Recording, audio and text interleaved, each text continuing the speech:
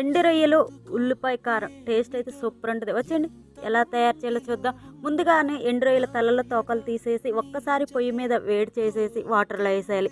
తర్వాత వేరే కళాయి పెట్టి ఆయిల్ వేసుకొని ఆవాలు, జీలకర్ర, పచ్చిమిర్చి, ఉల్లిపాయలు, కరివేపాకు వేసి గోల్డెన్ కలర్ వచ్చే వరకు వేయించుకోవాలి. తాలింపులోనే కొంచెం అంత పసుపు వేసుకొని వేయించుకోవాలి.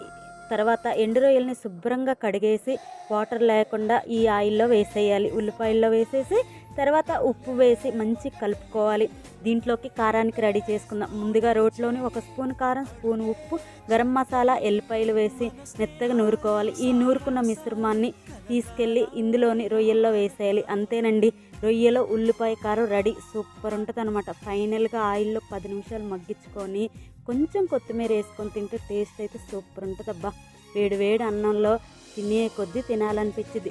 సరేలేండి, నా వీడియో నచ్చినట్టయితే ఒక లైక్ ఇవ్వండి మరి.